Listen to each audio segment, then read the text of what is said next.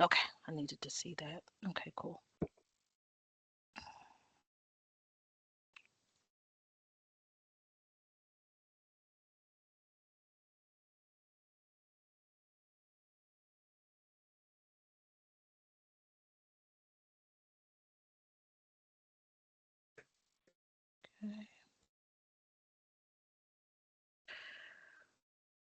Okay, and can I get a thumbs up if everyone can see my screen?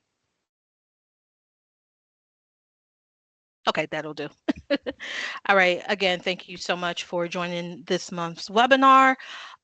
This session is being recorded. By participating in this session, you are consenting to the recording, retention, and use of this session. No other recording of this session is allowed. And again, no AI tools are allowed for transcribing or any kind of recording of the session.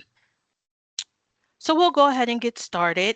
Our agenda for today is a quick discussion of templates that will be sent out by the end of this week that will be required for recording of your PIT and PLC meeting minutes. And I'll do a quick explanation of the why behind the templates.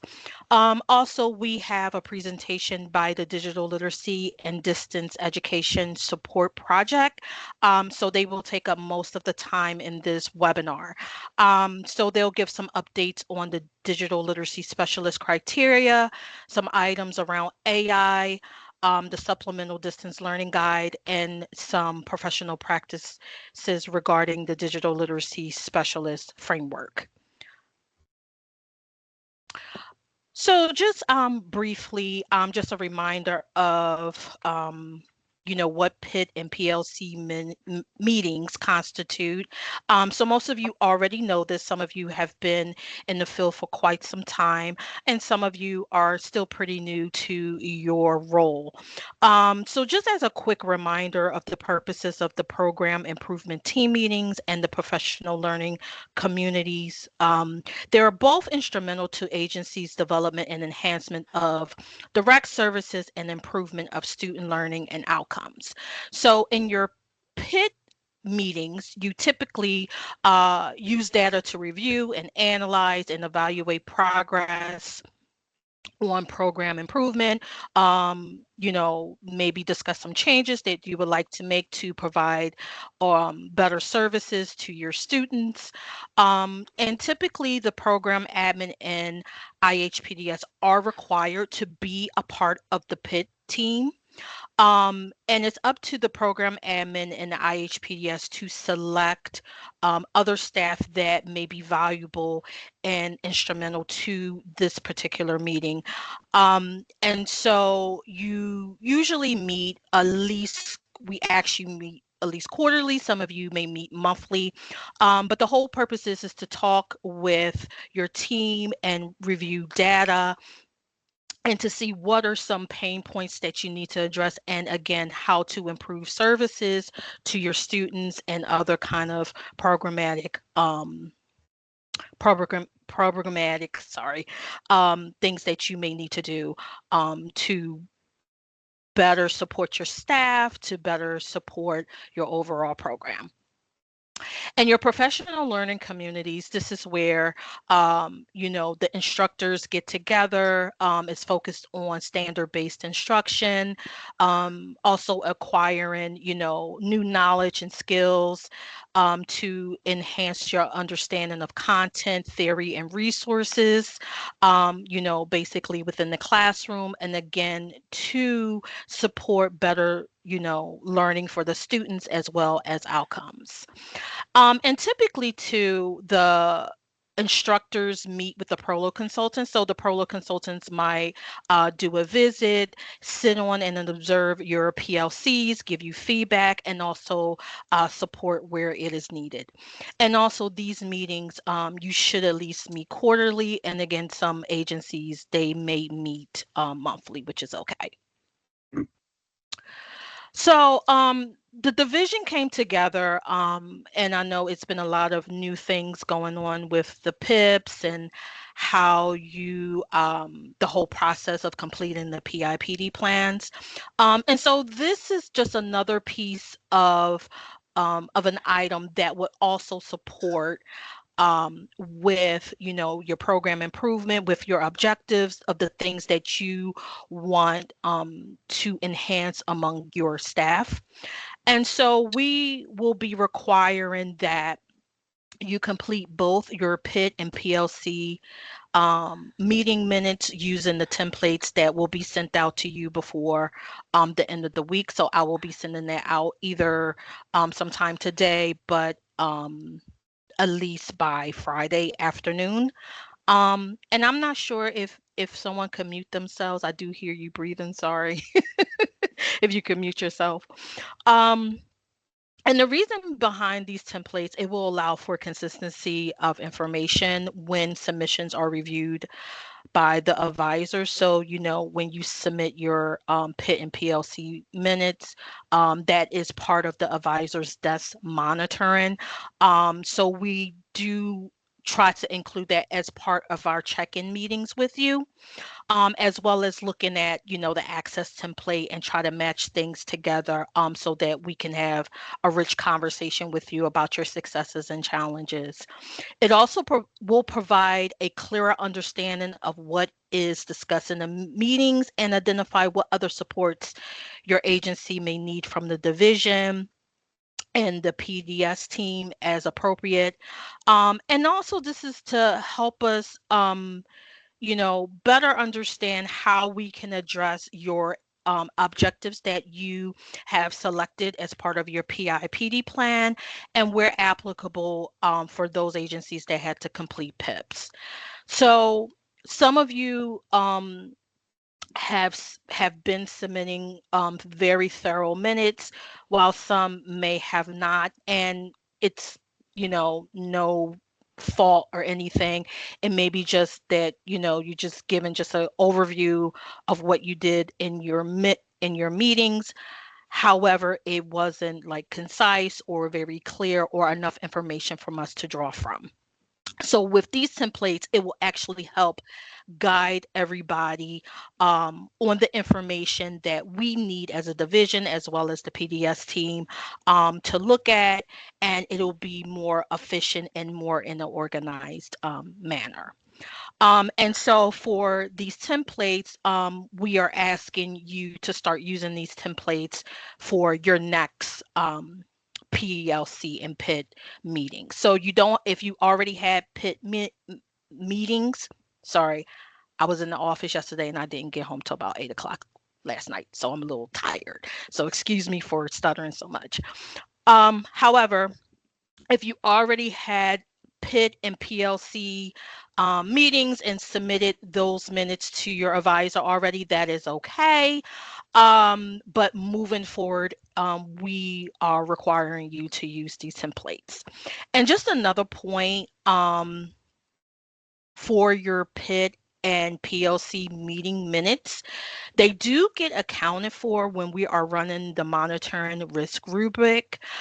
So as you know, the monitoring risk rubric, we add points where there may be in compliance.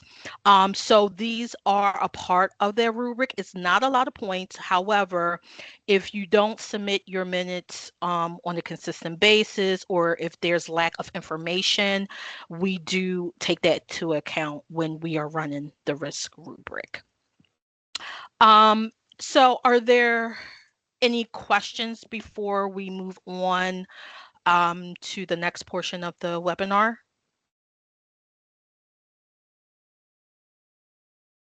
Okay, I don't see any questions, so I will let DLD Project take the floor. All right, thanks, Mary. Hello, everyone. Good morning. I'm Bethany Lazanik. I'm the manager of the Digital Literacy and Distance Education Project. And I also have here with me today Sarah Weitzel and Rachel Barron, who are also with the Digital Literacy and Distance Education Project.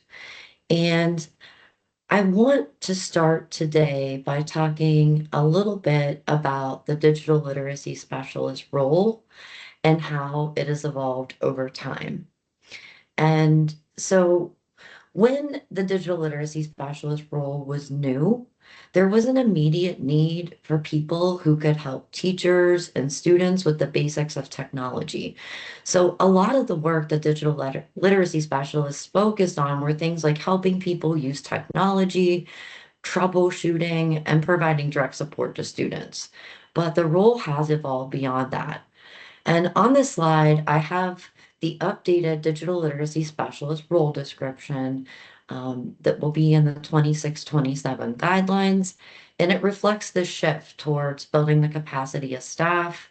And as a result, the digital literacy specialist should be a proven instructor who understands how to build students' digital skills by effectively integrating digital skills into academic instruction. And this is important because the digital literacy specialists need to be able to support staff in developing their technology and digital skills needed to enhance instruction, promote students' digital literacy skills for education and employment, support distance learning, and teach remotely as needed. And ultimately, the goal isn't just for staff to become better with technology. The goal is for staff to be able to meaningfully incorporate digital activities into instruction so that their students are developing the digital skills they need to meet their goals. And it's also important for digital literacy specialists to keep current with trends in digital literacy, coordinate digital literacy and distance education initiatives, and collaborate with our project, the DLDE. And finally, please keep in mind that programs must ensure sufficient time is allocated for the digital literacy specialist to fulfill the related duties. And Mary, if you could advance the slide.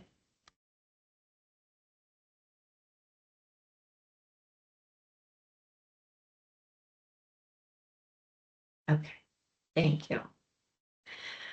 All right, so what was previously called the Digital Literacy Specialist Competency Checklist has recently been updated and renamed the Digital Literacy Specialist Professional Practices Framework. And you're looking at a screen, a snapshot of that on the screen right now. And we made this change to provide a clear picture of what a digital literacy specialist practice should look like and a way to think about professional growth for the role. And the framework is organized around the knowledge and skills that the digital literacy specialists need to be effective in their positions. And so you might notice there are baseline and target practices that make up the framework. And the baseline practices represent the foundation. And I always encourage digital literacy specialists to work towards meeting those baseline practices during the first year in the role. And ideally, of course, a person would already have some of these skills before becoming a digital literacy specialist, which is one reason I think this framework can also be useful to you when you're considering who might be a good fit for the role. And once a digital literacy specialist has developed those foundational baseline practices, the next step is the target practices. And the target practices are really about moving from the digital literacy specialist having the skills to supporting their staff and developing those skills. So for example, we don't want a digital literacy specialist who just knows how to use a particular technology or digital tool. We want that person to be able to help an instructor understand how and when the technology can be used meaningfully in instruction and ultimately how it can help students develop their digital skills.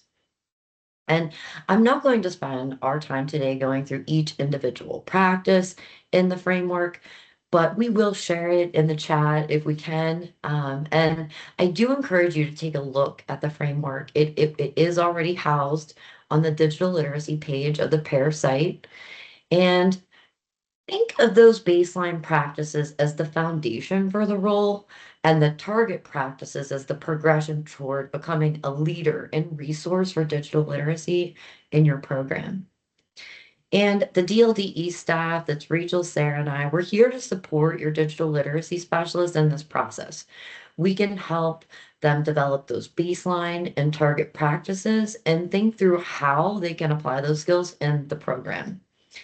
And from an administrator's perspective, I think the most important things are to make sure your digital literacy specialist has the time and support to engage in this work, and that you're having conversations with them about the expectations of the role, what they need to learn, and how they can support your staff in your program. All right, next slide, please, Mary. And lastly, I just want to make sure everyone is aware of the Digital Literacy Specialist Community of Practice. This is something we have done for several years now, and the next one will begin actually soon. It's on Thursday, September 3rd, and we'll continue meeting every other month through May. I will be sending a reminder email to all digital literacy specialists about the community of practice next week. And I will also include the digital literacy specialist professional practices framework that we just looked at in that email. And what's important here is that the community of practice, it's a space for digital literacy specialists to learn from one another.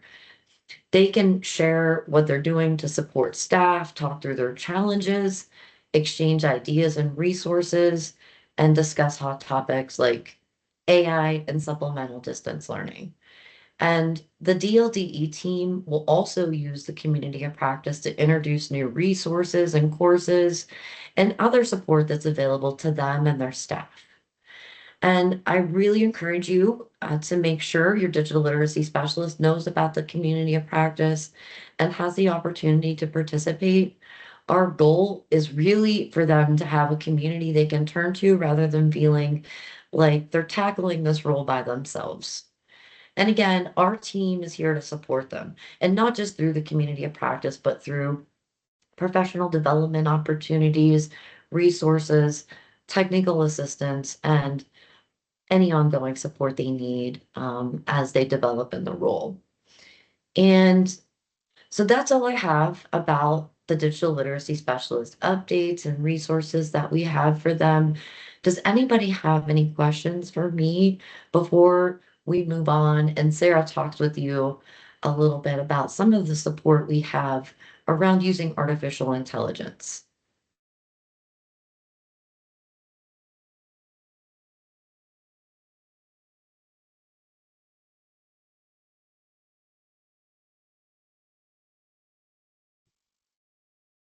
Okay.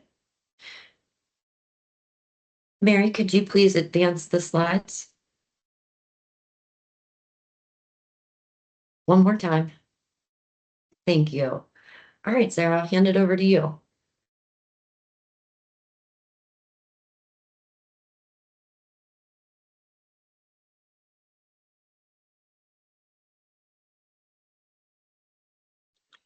Sarah, we can't hear you.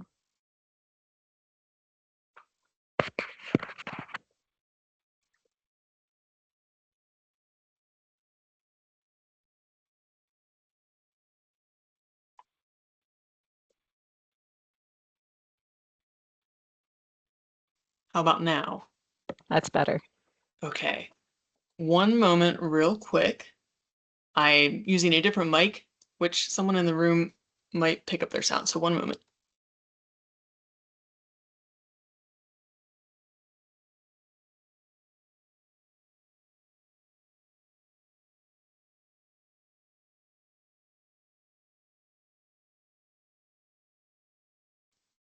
All right. My apologies about that, everybody. Even with DLDE, we come into these tech problems. So now that you can all hear me, I would like to share with you some artificial intelligence resources that we either shared earlier in the year and we are continuing to build, or that are entirely new resources. So first, I'd like to highlight the artificial intelligence page, which is located on the PAAER website. This resource, I don't remember exactly when we launched it. It was, I'm going to say sometime this summer, either late in the program year last year or very early this year. but it's been available for a few weeks now, but we continue to build it. Bethany tells me in the chat it was released on June 11th. Thank you, Bethany, for that. So if you would like to view this page, you can see up here in the top left corner of our screen, we're describing the location. This is located on the PAAER website. When you're on the PAAER website, on that top ribbon where you can choose different portions of the site, you'll want to go to the teaching section. We have a little diagram of that down here on the slide. And from the drop-down menu, you can select Artificial Intelligence page. I'm actually going to add a link to that page right here in the chat so that you can visit the page if you're interested. Now, I'd like to highlight that the audience for this page covers many different people within adult education. So we have resources that could be useful for anybody working in an administrative role. We have resources relevant to instructional staff and also resources relevant to support staff. So whatever your role is at your agency, if you're looking for resources that may help you to consider how AI could fit in with that role, those are located on the PAAER website. The purpose of this site, we have a collection of resources that the DLDE team has created, as well as links to other external resources that we think may be useful to you. And our main purpose in compiling them on the site is to help you with different questions you may have regarding AI use at your program. So if you're asking yourself, how can I choose an AI tool? Whether that's you're considering like what's going to work well in an instructional context, what can I purchase for my program as a whole to use? Whatever your role may be, we have some resources there to help you critically reflect on issues related to AI if you're looking at purchasing an AI resource for use at your program. Another big question, what should my students or what should I know about AI? We have a resource located on the site called Recommended AI Practices for Students, Instructors, and Administrators. So across different levels at a program, we have a list of different practices that could be useful to you, regardless of what it is as you're engaging in work or as you're leading students through learning. Those recommended practices are there to help you through that process. More broadly, if you just want to know what other resources are out there, what can be useful to me as I'm trying to learn more about AI, we have links to some external resources as well that fit very well within an adult education context. So if you'd like to know more, go to the AI page on the PAAER website. And can we go to the next slide, please? So the AI webpage is a fairly new resource, but we have a little preview about one that's not quite available yet, but will be coming soon.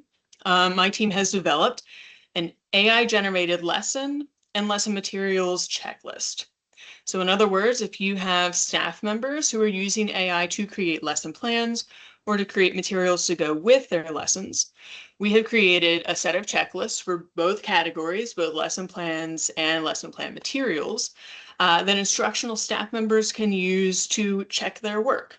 Look for any common pitfalls that tend to come up with AI-generated resources and make sure that they really are appropriate and effective for their classrooms. So a little bit of background, when my team and I decided that we wanted to create this resource, we wanted to stay human knowledge first, right? So before we did anything regarding AI in our own work, we worked as a team to say, from our experience, what have we noticed? What are common pitfalls if we use AI to create materials or lesson plans even? So we compiled a list of our observations, what we had seen as common weaknesses or pitfalls. And after we had done that, after we had gathered our human knowledge, I thought, I'm going to see if I can get AI to tell on itself. So I went to ChatGPT and I also said, all right, what are the pitfalls? If someone's creating a lesson plan or lesson plan materials, where might the weaknesses be from an AI-generated resource? It added just a couple criteria to the list that my group had created as a whole. We kind of incorporated that into our entire list for the checklist. But one thing that I thought was especially interesting was this comment that I got back from ChatGPT, which was that a human written lesson often needs editing for clarity and completeness. And I can relate to this when I create my own lesson plans, maybe one that I want to share with others, Or if I'm going to cover a class and I'm looking at someone else's lesson plans, often my questions are, all right, what exactly do I need to do? And, do I have the complete set of instructions and resources to do that? So that makes sense to me for the human written lesson. But the quote continued to say, an AI generated lesson often needs validation for accuracy, alignment, and authenticity. So if you're using generative AI to create lesson plans or materials, is the information, first of all, is it accurate? Is it true and accurate? Is it aligned? Does it match with our students' needs? Does it align with our standards? And is it authentic? Does it reflect activities that we would actually do in a classroom? Are the timelines accurate? And does it help our students to reach their goals? So when you see our checklist, you'll notice that the emphasis here is on checking lessons for accuracy, alignment, and authenticity. Next slide, please. So on the right-hand side of the screen, I'll point that out first. The main purpose of these checklists are we want to keep human expertise central to AI-generated materials. Our educators have their expertise and their knowledge that they're bringing to these lessons, and we want to keep that in the forefront, even if they're using generative AI to help create materials. We want to help educators locate and fix common pitfalls in AI-generated materials. And we want to help, by using these checklists, we want to help educators to increase the quality of what they're creating while potentially saving time. If you're looking at AI as a time-saving resource, which in many cases it is, we still want to rely on other resources to make sure that we have high quality as well. And so we're hoping that our checklists can help you accomplish that. Part of the reason that this is available soon is because we'd like to get feedback from the field before we release a final version. So if you or any of your staff members would be interested to try the checklists, that would be either the lesson plan checklist or the lesson plan material, and provide us with some feedback, please contact Bethany about that. We'd be happy to share it with you and to consider your feedback as we're making our finalized version. Bethany's email is located there on the slide. You can reach her at blazanic@tiu11.org. All right, so one more AI resource before I take any questions. Next slide, please. I'd also like to share with you about the AI Community of Practice. So whereas the website and the AI checklists are things that you can get at any time and use them on your own time, if you're looking for a space to talk with other educators and hear what's going on for them in regards to AI and how it applies to our field, the AI Community of Practice could be a good resource.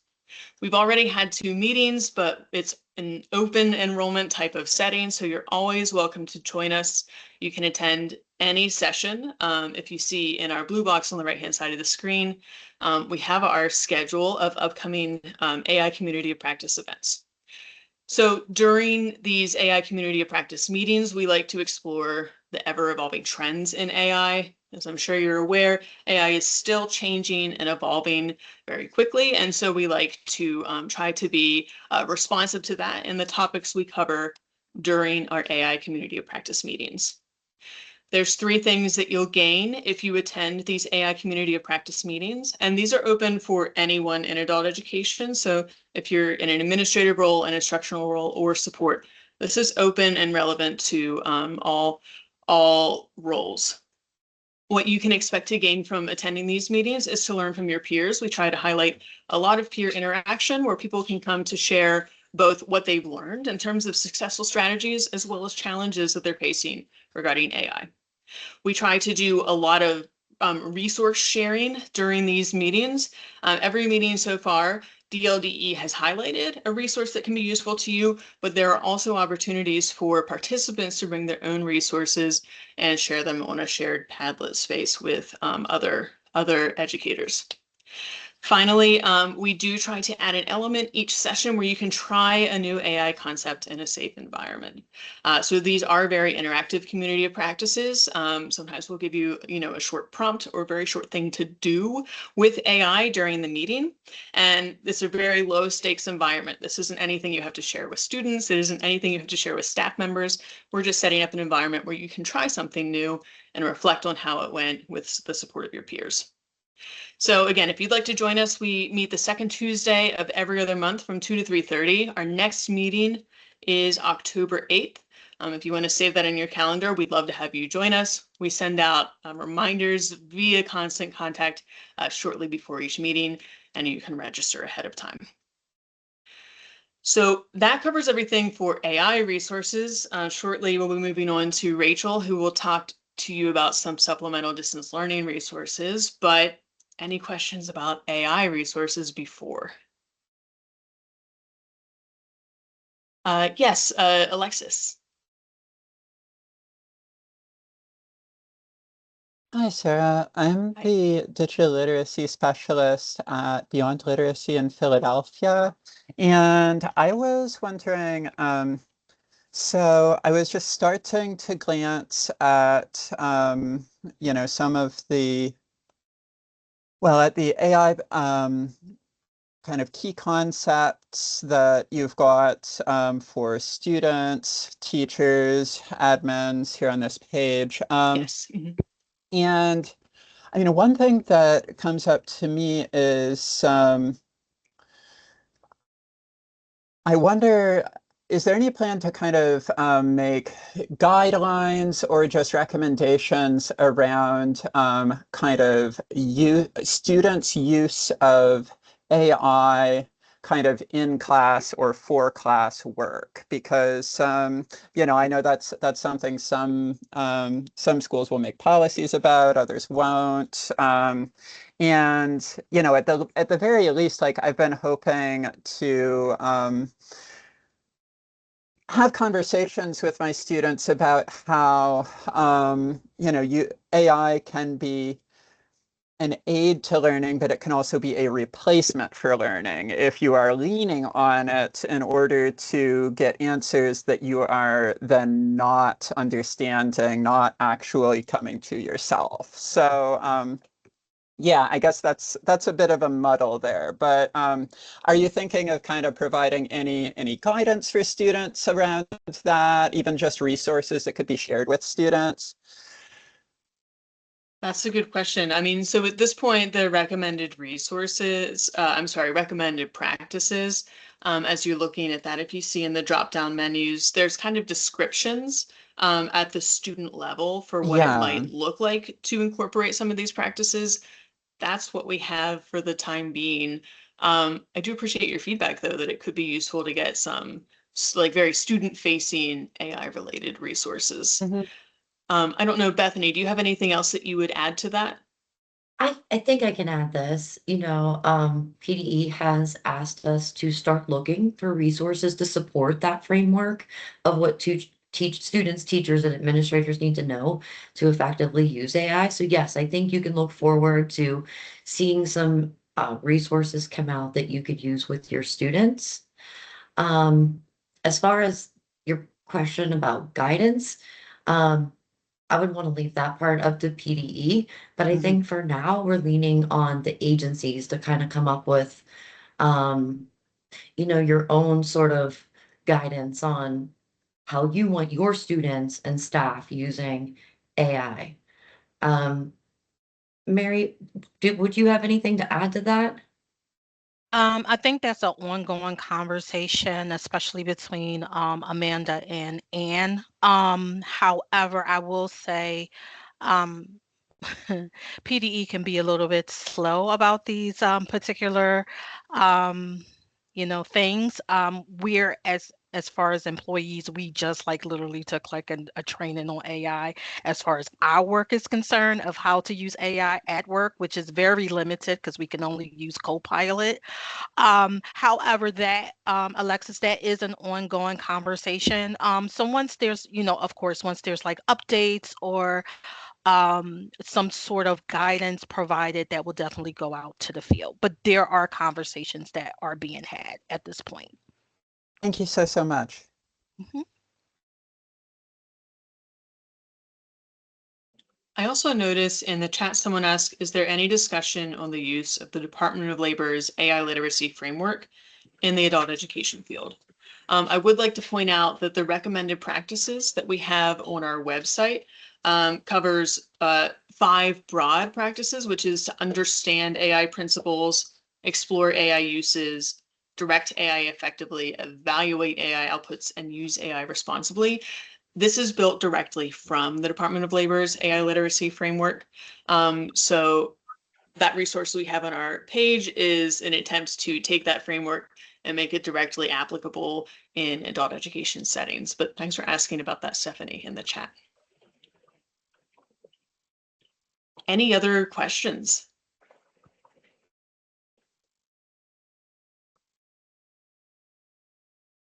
All right, I think that moves us to Rachel with supplemental distance learning.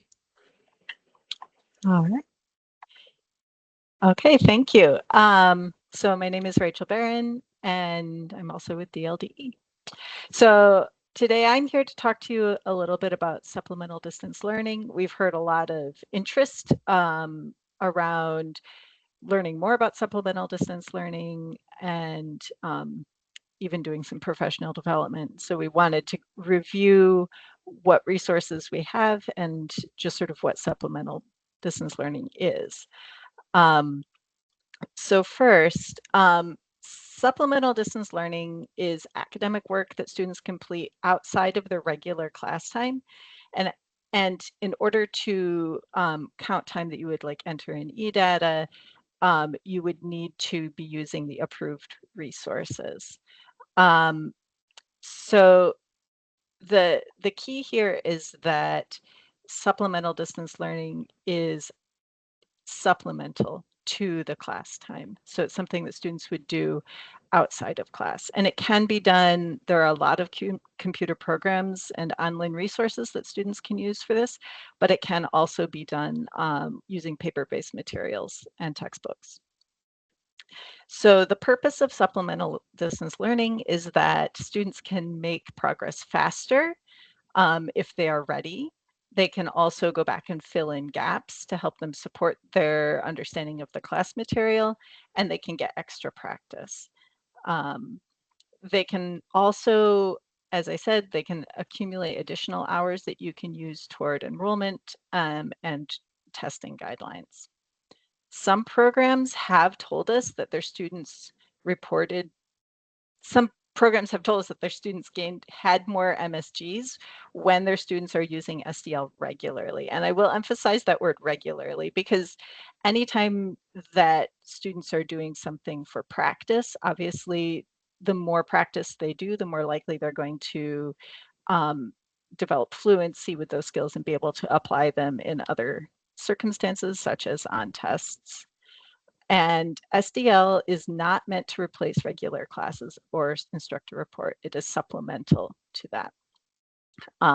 That said, the instructor and the class should be keeping an eye on the SDL and helping to make sure that it is meeting students' needs.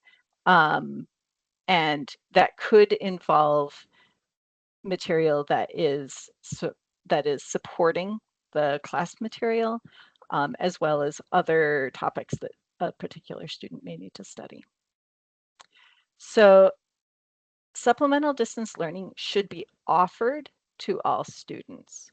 They are not required to do it, but all students should have the opportunity. And that includes students at all levels, whether they're ABE or ESL. The list of approved computer-based and print options are available in a couple of places. So one of those places is the SDL catalog, which is on the PAAER website. And that includes a little more information about each different option that's available to you. You can sort if you want print versus online, or if you want materials that are focused on a particular NRS level. So that catalog is really meant to help you identify options that would be a good fit for your particular program and your particular students. You should also always check policy D130. So policy D130 includes a list of all the approved resources. It also will alert you if resources are being sunsetted. And that policy is updated regularly. So I would recommend keeping an eye out. There is a new update coming out soon-ish. But just anytime you're checking that policy, make sure you actually go to the website and open it there, because we do update that sometimes more than once in a program year as additional materials are approved. And then just again, in order to make SDL successful, students need both initial and ongoing assistance. So you might support students during orientation and intake to help them find a resource that's going to work for them, to allow them to opt into the program if that's how your program is setting it up, and to make sure that they're set up and know what they need to do. But they will also need ongoing assistance to make sure that they're still benefiting from the program and that they are doing things in their program that are going to be helpful to them.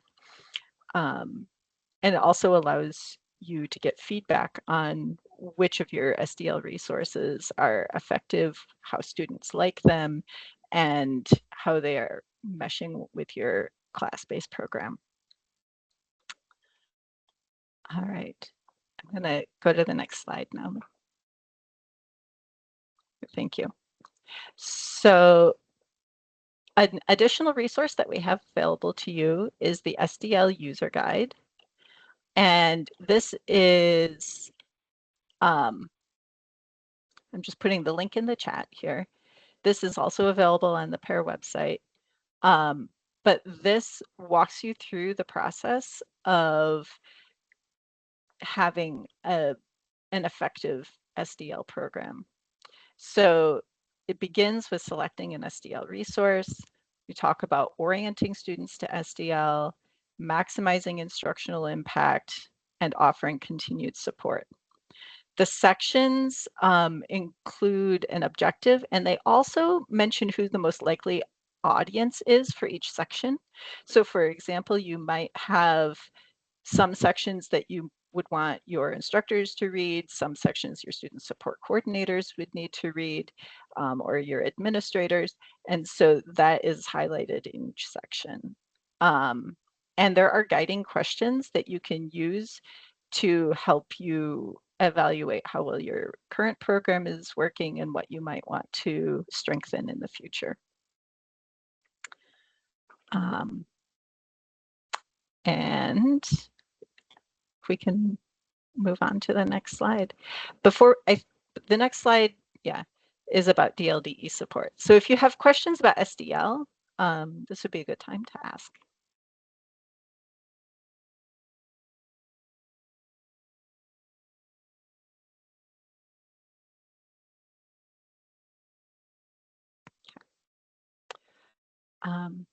This slide is just a reminder. Bethany, were you going to do this one, or do you want me to take it? Go ahead, Rachel, it's fine. Okay. This is just a reminder of the DLDE support that we have available to you. We offer technical assistance for individual or program needs. So feel free to reach out to us if you have any questions and anything around digital literacy or distance education. We offer support for your digital literacy specialists. We also have courses on the PD portal, as well as some customized courses that I know that some of you have already signed up for this program year. And we have resources on digital literacy, distance education, and artificial intelligence pages on the PAAER website. Please don't hesitate to reach out to us. Our emails are there.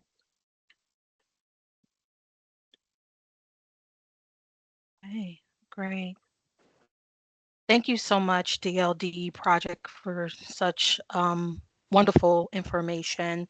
And that will conclude our webinar. Thank you all for taking time out to participate.